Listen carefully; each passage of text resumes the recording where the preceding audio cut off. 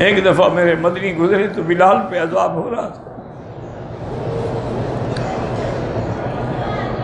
اللہ اکبر اللہ. تمہیں تو مفت میں اسلام ملا ہے نا جی. باپ مسلمان تھا، ماں مسلمان تھی، پٹواری نے بھی مسلم کھاتے میں نام لکھا ہوا ہے، ڈنڈی کارڈ بھی تمہارا مسلم کا بنا ہوا ہے. تمہیں اسلام کی کیا قدر ہے؟ تم نے کون سا اسلام کے لیے خون بہایا ہے؟ اسلام کے نام پہ تم نے کچھ فائدہ ہی اٹھایا ہے، کوئی نقصان تو نہیں اٹھایا. یہ تو ان کا کمال ہے نا جنہیں مار کھا کے اسلام کو نہیں چھوڑا. حضور جب گزرے تو حضور کے آنسو مبارک نکل آئے. حضرت بلال نے کہا احد احد احد. حضور نے فرمایا بلال احد ینجی کا. صلی اللہ علیہ وسلم. اور بلال وہی تمہیں چھڑائے گا. اب دیکھیں یہ ایمان ہے. بلال تڑپ رہا.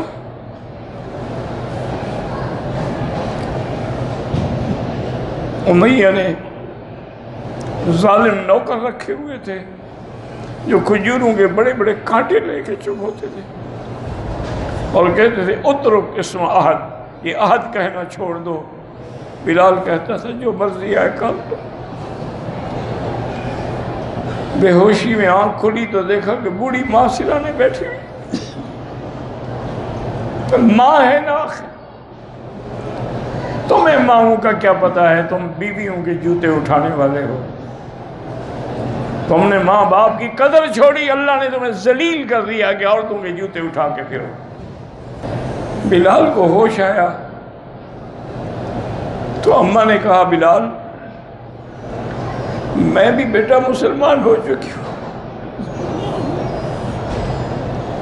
میں نے بھی اسی نبی کا کلمہ پڑھ لیا ہے، لیکن جان بچانے کے لیے تم وقتی طور پہ انکار کر دو تاکہ ان ظالموں سے کچھ تو جان چھوٹے. تو حضرت بلال ہنس پڑے.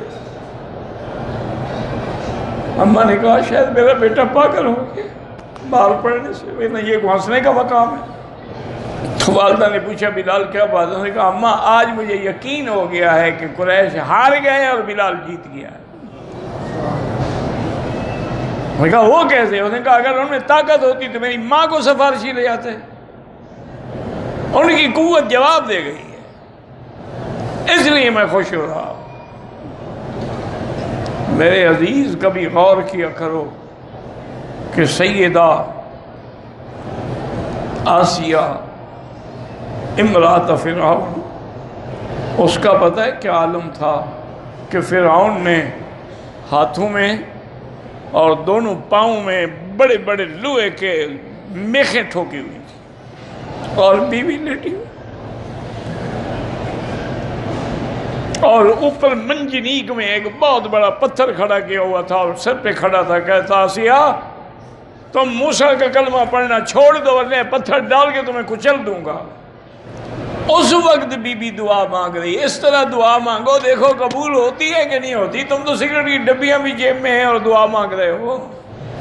اس عالم میں بی بی نے دعا مانگی رب ابن لی عندک بیتا فی الجنہ. بی بی نے کیا دعا مانگی ہے کہ اللہ قیامت میں میرا گھر اپنے سب سے زیادہ قریب بنانا.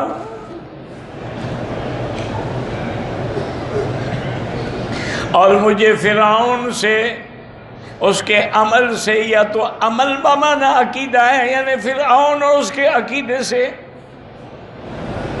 یا فرعون اور اس کے عمل چونکہ شوہر تھا نا، اور یہ نہ ہو کہ فرعون کے ہاتھوں سے نکل کے میں کسی اور قوم ظالمین کے ہاتھ میں آ جاؤں. ان سے بھی مجھے نجات عطا فرما. اللہ نے فرمایا جبریل عرش کے نیچے جو محل ہے محمد مصطفیٰ کا،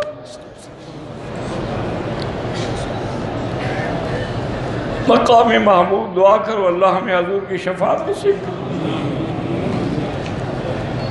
دل سے دعا کر لو. کعبے میں بیٹھے ہو، موت ایمان پہ آئے، آخری کلمہ لا الہ الا اللہ اور حوض کوثر سے حضور کے ہاتھوں سے پانی یا اللہ اگر آپ ہمیں زمزم پلا سکتے ہیں تو حوض کوثر کا پانی بھی تو پلا سکتے ہیں، لیکن ایک مسئلہ بھی سمجھ لو، زمزم کا پانی حوض کوثر سے افضل ہے۔ محدثین نے لکھا ہے کہ جب حضور کا دل دھونے کے لیے جبریل آئے تھے نا، ہر چیز جنت سے لائے تھے لیکن پانی زمزم سے لیا تھا، تو جبریل اگر حوض کوثر سے پانی لے آتے کو تھک تو نہ جاتے نا۔ معلوم ہوا کہ افضل نبی کا دل جو ہے وہ افضل پانی سے دھویا جائے گا۔ اور سب سے اعلیٰ مقام جنت میں کس کا ہوگا؟ حضرت محمد مصطفیٰ کا صلی اللہ علیہ وسلم۔ نہ پڑھنا، درود شریف نہ پڑھنا، تم نے میلاد منانا ہے، درود پڑھ کے کیا کرو؟ بس جھنڈیاں لگا دو گے، بتیاں جلا دو گے، بس کافی ہے وہی۔ اس کا پتہ نہیں ثواب تمہیں حضور دیں گے یا خدا دیں گے۔ سب سے اعلیٰ مقام جو جنت میں ہے وہ میرے مدنی محمد مصطفیٰ کا ہے۔ اور بی بی آسیہ کی دعا کیسے قبول ہوئی کہ وہ قیامت میں بیوی بنے گی محمد مصطفیٰ کی، تو حضور کے گھر میں آئے گی نا۔ جب حضور کے گھر میں آ گئی تو سب سے اعلیٰ مقام اللہ کے ہاں جو ہے اس کو مل گیا۔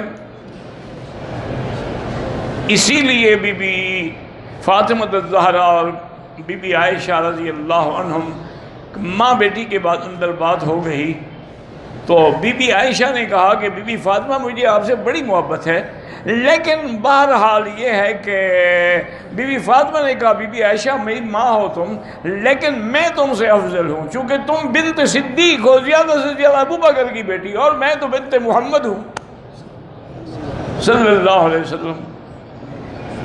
عائشہ بھی تو عائشہ تھی نا، اسی لیے تو نہیں کہا حضور نے کہ آدھا دین عائشہ سے سیکھ لو۔ بی بی عائشہ نے کہا بی بی فاطمہ دنیا کی باتیں نہ کرو، آخرت بھی کرو۔ جب قیامت کا دن ہوگا تم علی کا ہاتھ پکڑ کے جاؤ گی، میں نبی کا ہاتھ پکڑ کے ان کے گھر میں جاؤں گا۔ اب بتاؤ افضل کون ہے؟ بی بی فاطمہ ہنس پڑی، انہوں نے کہا اماں جان آپ کسی کو بات کرنے کا موقع نہیں دیتی۔ تو بہرحال اللہ نے ان کی دعا بھی سن لی اور بلال کی دعا بھی سن لی کہ حضور جب آئے تو آپ نے ابو بکر کو بلایا اور فرمایا صدیق بلال پہ بڑا ظلم ہو۔ اللہ اکبر اللہ اکبر۔ بس صدیق تو اشارے سمجھنے والا عاشق تھا، وہ سمجھ گیا۔ فوراً آیا امیہ کے پاس کہ بھی بلال کو بیچو گے؟ اس نے کہا تمہارے پاس فلاں غلام جو ہے نا عیسائی نصرانی، وہ تمہارے دین پر بھی نہیں ہے، اگر وہ غلام اور 40 اوقیہ سونا مجھے بلال کے بدلے میں دو پھر میں چھوڑوں گا۔ اور کہا لے لو۔ حضرت صدیق نے بلال کو آزاد کرایا۔ واہ بلال، سبحان اللہ، رضی اللہ عنہ۔ جب آزاد ہو کے آئے تو پتہ بلال نے کیا پوچھا؟ انہوں نے کہا ابو بکر تم نے مجھے اپنے لیے خریدا ہے یا اللہ کے؟ اگر اپنے لیے خریدا ہے تو میں تمہارا غلام ہوں۔ انہوں نے کہا نہیں، میں نے تمہیں اللہ کے لیے خریدا ہے، میری طرف سے آزاد ہو۔ انہوں نے کہا پھر مجھے اسی کی غلامی میں پہنچا دو جس کے کہنے پہ تم نے مجھے چھڑایا۔ رضی اللہ عنہ وارضاہ۔ دعا کیا کرو اللہ ہمیں صحابہ کی محبت۔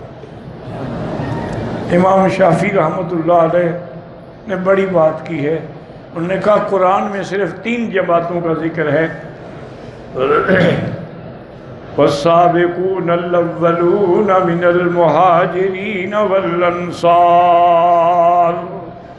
والذین اتبعوہم بإحسان رضی اللہ عنہم ورضوا عنہ۔ انہوں نے کہا ایک قسم مہاجرین کی ہے وہ ہم نہیں بن سکتے، دوسری قسم انصار مدینہ کی ہے وہ بھی ہم نہیں بن سکتے، اب تیسری قسم ایک ہے کہ والذین اتبعوہم بإحسان، جو خالص ایمان کے ساتھ ان صحابہ کی اتباع کرے گا اس پر بھی اللہ راضی ہو جائیں گے۔ انہوں نے فرمایا خیال رکھو اگر اس قسم سے بھی نکل گئے تو پھر ٹھکانہ جہنم۔